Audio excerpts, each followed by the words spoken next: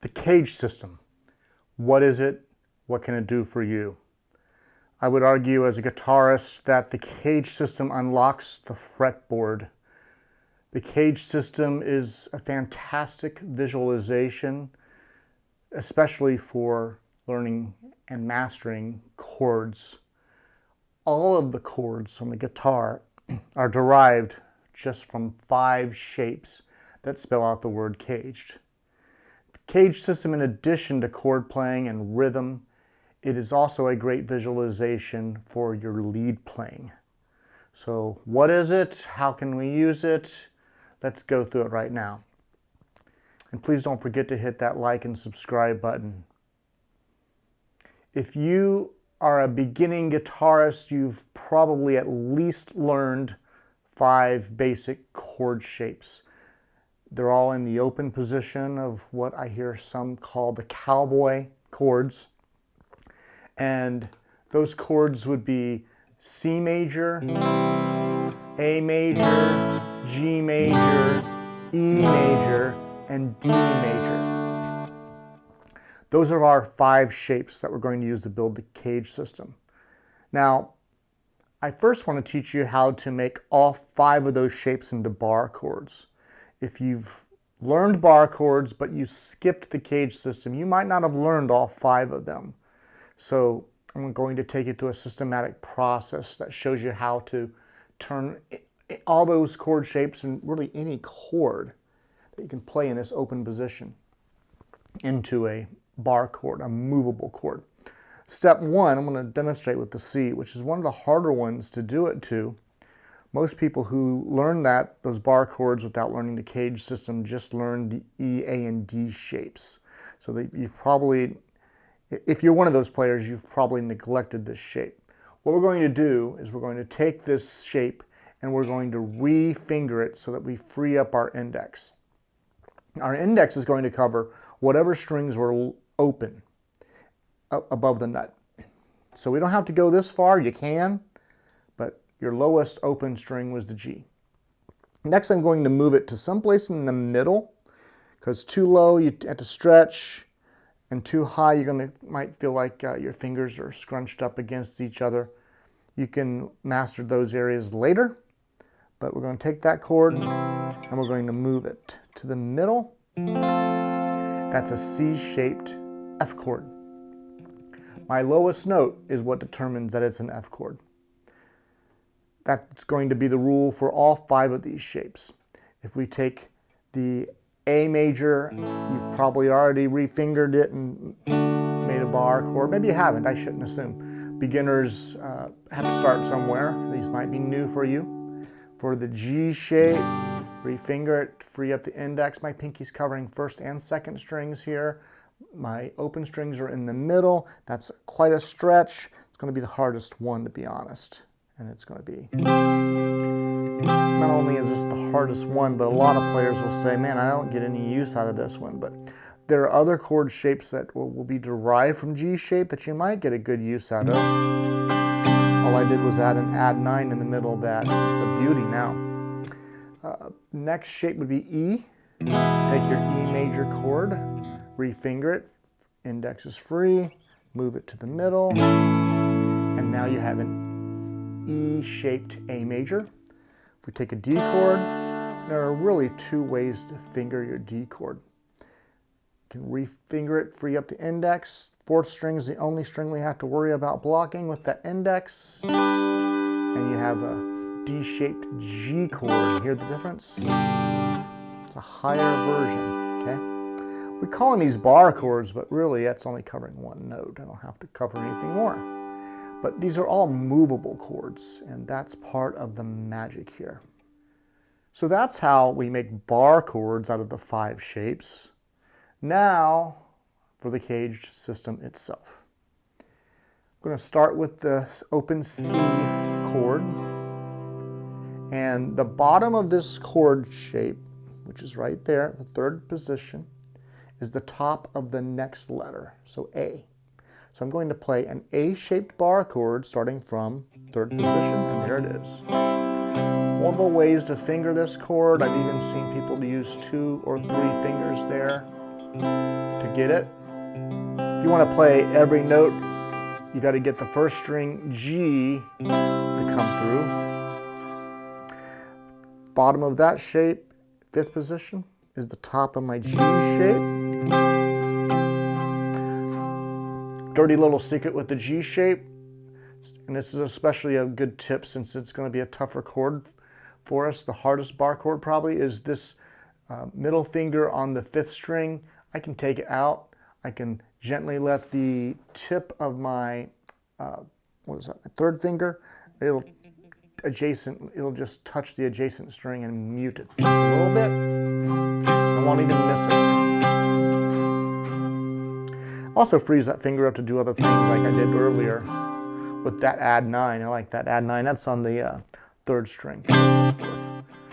7th fret. If you want to do that, it's a C chord. It's a G-shaped C chord. Okay, 8th fret is the position for the E shape. We're spelling the word cage with shapes. 10th position for the D shape.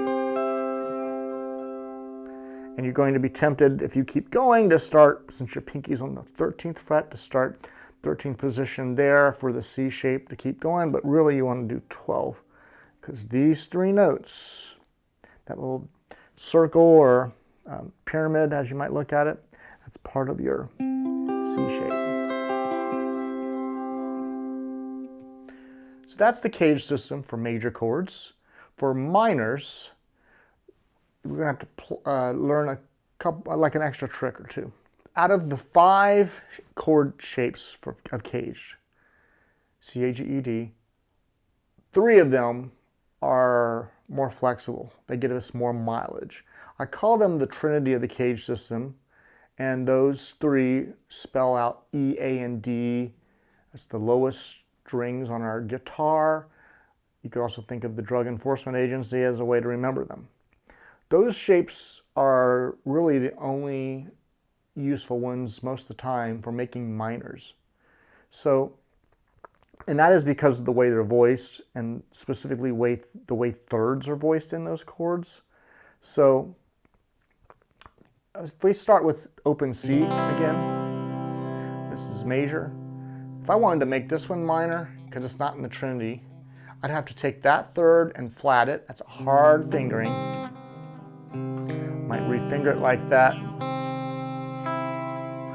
And then I gotta mute that 1st string, because that's a major 3rd. So that's not really a very useful chord shape for us, but I can even visualize the C major shape just so that I get my bearings on the next position, which is an A shape. And instead of playing major, I'm going to play it minor. So that one's going to work for us because it's in that trinity, as I call it, A shape. 5th position for G. G shape's going to be hard to make minor. You'd have to drop that note. And then that one. So you're going to have to mute something to make it. So we usually just make, this is just, you play this as a placeholder so that you know your next position for the next minor, and that's the 8th position. Instead of E major shape, it's E minor shape, not trying to flip you off. 10th position is the D shape. And then you get to the C. See the problem with the fingering on that C shape? You're going to have to cut something out. Can't play the whole thing with one hand, and that's fine. So that's how minors work with CAGED. I want to tell you how to practice these things, but before I do, there's something that I want to mention that's very valuable for these 5 chord shapes, since they're derivatives for every single chord on the guitar. I think it's helpful for us to really learn these chord shapes intimately. So as an example, taking that C major chord triad, I would encourage you to learn the chord voicing numbers. So that's from lowest to highest. There's the 1, there's the 3, open G is 5, there's a 1, and then there's the 3 on the open E, And I would encourage you to learn those voicing numbers for everything. One for A, it's 1, 5, 1, 3, and 5. And once you have these memorized, the advantage is that as you learn music theory, you know how to manipulate those voicings to get you chords. For instance, if I wanted to make an A major chord, a augmented, and I know I sharp the 5, now I have a augmented chord. Or if I know that if I manipulate the thirds, say for a D chord, there's my third, I can play it either way. I can take that third and flat it to make a minor. I can drop it again to a 2, it's a sus2. I can raise it to 4, it's a sus4, or I can take it out altogether and it's a D power chord. So knowing those voicings is really powerful, because once you apply it to music theory, then you're off to the races for coming out. You have chord formulas for all these chords. So now I want to tell you I'll give you some ideas for how you might practice the CAGED system.